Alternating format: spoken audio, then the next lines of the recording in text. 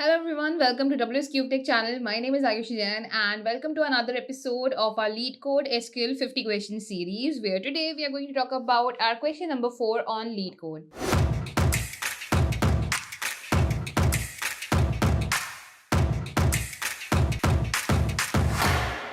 Guys अभी तक हमने काफ़ी सारे क्वेश्चन सॉल्व कर लिए हैं जो कि अभी तक बेसिक की कैटेगरी के अंदर आते हैं इन दिस एंटायर सीरीज।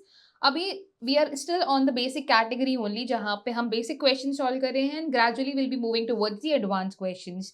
आज के क्वेश्चन में हमारा है क्वेश्चन नंबर 4 जिसको हम वन बाय वन डिस्कस करेंगे। सबसे पहले प्रॉब्लम स्टेटमेंट से स्टार्ट करेंगे देन ग्रेजुअली उसके सोल्यूशन की तरफ चलेंगे। Now, before we get started with the question, guys, if you are someone who is interested in the field of data analytics और आप WS CubeTech के साथ data analytics में अपना करियर बनाना चाहते हैं, तो WS CubeTech लेके आया है उनका premium data analytics mentorship programme जिसका नया कोहॉर्ट स्टार्ट होने वाला है। इस कोहॉर्ट के अंदर होंगे 6 milestone starting from Excel to SQL, from Power BI to Tableau and Python, machine learning, artificial intelligence and so much more. अगर आप भी इस प्रोग्राम का पार्ट बनना चाहते हैं, ये सारे माइलस्टोन्स इंडस्ट्री एक्सपर्ट्स के साथ सीखना चाहते हैं, then the link to this program is given in the description. Check it out now. Now let's get started guys and move करते हैं क्वेश्चन नंबर 4 की तरफ जो कि हमारे पास है आर्टिकल व्यूज 1।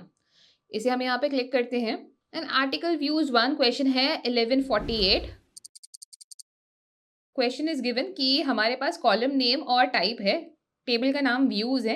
कॉलम में हमारे पास 4 कॉलम्स गिवन है, article ID, author ID, viewer ID और व्यू डेट हमारे पास गिवन है। तो 4 कॉलम्स हमारे पास है। 3 कॉलम्स यहाँ पे इंटीजर है, चौथा हमारे पास जो डेट है वो डेट फॉर्मेट के अंदर है। Then there is no primary key, इस डेटा के अंदर कोई भी प्राइमरी की नहीं है for this table. The table में हैव डुप्लीकेट रोज, ठीक है।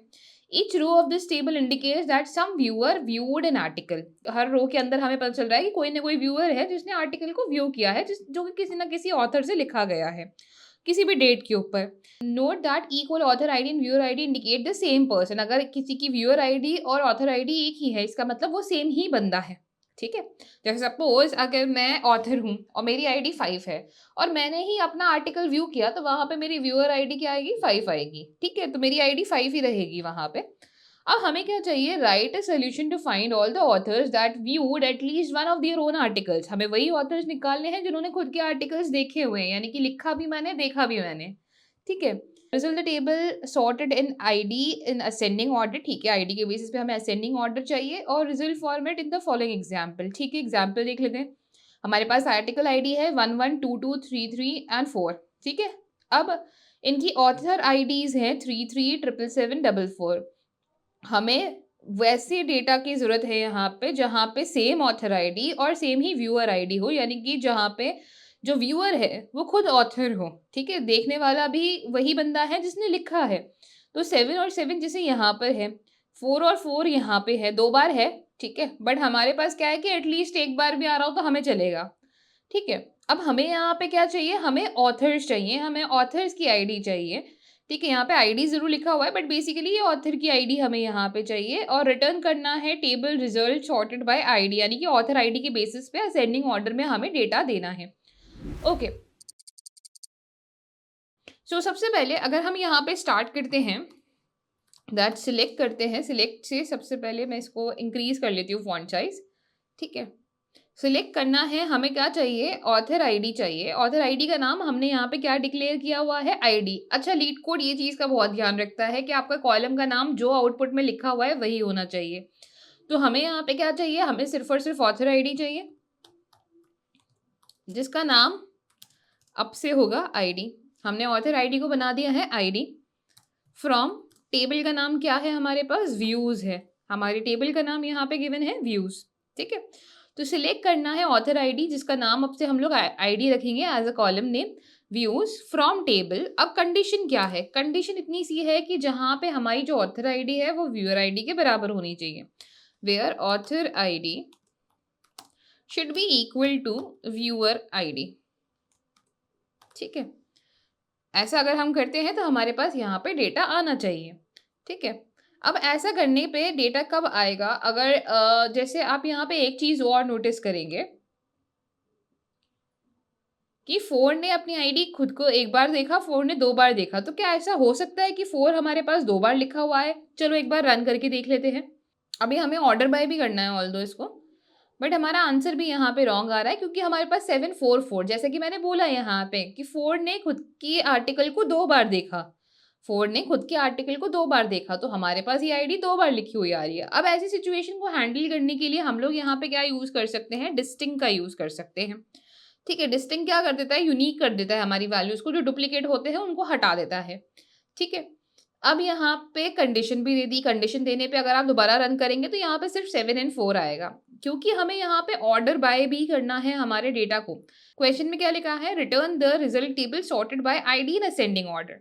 सो हमें यहाँ पे देना है ऑर्डर बाय आईडी। ठीक है, जो कि हमने यहाँ पे ऊपर आईडी डिक्लेयर करी है, बेसिकली ऑथर आईडी। इसको एक बार दोबारा रन करते हैं। रन करते ही हमारा टेस्ट केस यहाँ पे एक्सेप्ट हो चुका है कि आईडी 47 आ रही है और एक्सपेक्टेड भी हमारे पास 47 ही था। इसे दोबारा तरीके से समझाऊं तो बेसिकली हमने यहाँ पे क्या किया है, बेसिकली सिर्फ इतना सा किया है कि हमसे क्वेश्चन में पूछा गया था कि आर्टिकल आईडी है, ऑथर आईडी है, व्यूअर आईडी है, व्यू डेट है। उन ऑथर की आईडीज चाहिए जिन्होंने खुद के ही आर्टिकल को देखा है। खुद के आर्टिकल को देखने का मतलब क्या कि ऑथर आईडी और व्यूअर आईडी बराबर हों। ठीक है, अब ऐसे में हमारे पास 7 में तो हमारे पास सेम डेटा आ गया। ठीक है, 7 का डेटा आ गया।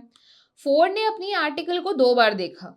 4 ने अपने ही आर्टिकल को 2 बार देखा। 2 बार देखा तो हमारे पास 744 लिखा रहा था। अब इस चीज़ को 4 को सिर्फ एक ही बार दिखाना है, तो 4 को एलिमिनेट करने के लिए हमने यहाँ पर डिस्टिंक्ट का यूज़ किया है।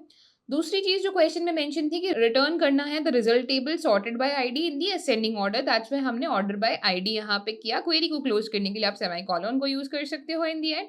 अब अगर हम यहाँ पे सबमिट पे क्लिक करेंगे तो हमारा टेस्ट केस यहाँ पे एक्सेप्ट हो चुका है और इस तरह से हमारे पास यहाँ पे आउटपुट आ चुका है। ये हमारा कोड यहाँ पर है। इस कोड को मैं लेके गिटहब की रिपॉजिटरी पे अपलोड कर देती हूँ सो दैट आप लोगों के पास भी ये आंसर रहे। एंड साथ ही साथ हमें यहाँ पे क्वेश्चन भी मेंशन कर देते हैं। सो गाइस, अभी तक जितने भी क्वेश्चंस हमने सॉल्व करे हैं, इन सभी क्वेश्चंस के आंसर्स आपको इस रिपॉजिटरी के अंदर मिल जाएंगे। The link of this question and the link of the answer to this solution जो कि इस गिटहब रिपॉजिटरी के अंदर है, ये दोनों ही आपको इस वीडियो के डिस्क्रिप्शन के अंदर मिल जाएगा। होपफुली क्लियर है कि ये क्वेश्चन हमने कितने सिंपली तरीके से सॉल्व किया है। क्वेश्चन भी काफ़ी सिंपल सा ही था कि हमें एक टेबल के अंदर से सिर्फ उन ऑथर्स की आईडीज़ निकालनी थी जिन्होंने खुद के ही आर्टिकल को व्यू किया है। क्योंकि वो मल्टीपल बार भी अपनी आर्टिकल को व्यू कर सकते हैं तो हमने डिस्टिंक्ट का यूज़ किया है। ऑथर आईडी का नाम यहाँ पे चेंज करने के लिए हमने एज का यूज़ किया हुआ है, जहाँ पे इसने एलियास क्रिएट किया आईडी नाम से। कंडीशन दी कि जहाँ पे ऑथर आईडी व्यूअर आईडी के बराबर हो, और क्योंकि ऑर्डर बाय करना था डेटा को असेंडिंग में तो हमने ऑर्डर बाय आईडी किया, जो कि हमने यहाँ पे स्टार्टिंग में ही आईडी डिक्लेयर की थी और इस तरह से हमें हमारा रिजल्ट मिल चुका है। आई होप वीडियो यहाँ पे क्लियर है एंड समझ में आया कि ये आंसर हमने किस तरह से लिखा है। अगर ये वीडियो पसंद आई है तो ज़रूर लाइक, शेयर एंड सब्सक्राइब करें। Thank you for watching.